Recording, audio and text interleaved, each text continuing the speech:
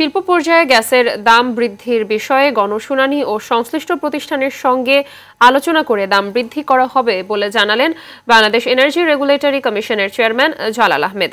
বুয়েটে captive power generation for industries in Bangladesh বিষয়ে সেমিনারে একথা বলেন তিনি।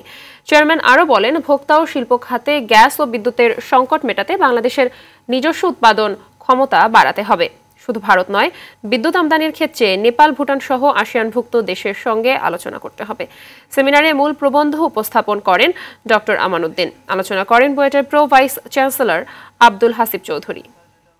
দামের ব্যাপারে যেটা প্রস্তাবের ব্যাপারে যেটা বলা হলো, আমরা পাবলিক হিয়ারিংয়ে যাব এন্ড আদার্স, তারা সরকারের সঙ্গে কথা বলতে পারে এবং আমরা সবাইকে শুনে একটা সিদ্ধান্তে আমরা পৌঁছানোর চেষ্টা করব। তো 2000 মেগাওয়াটের উপরে ফ্রম ইন্ডিয়া। সর্বশেষ যে সাফল্য যেটা নেপাল থেকে যে 40 মেগাওয়াট আনা সম্ভব হলো, এটা it is a breakthrough. Now India they have an exchange, India, Nepal এবং ভুটান।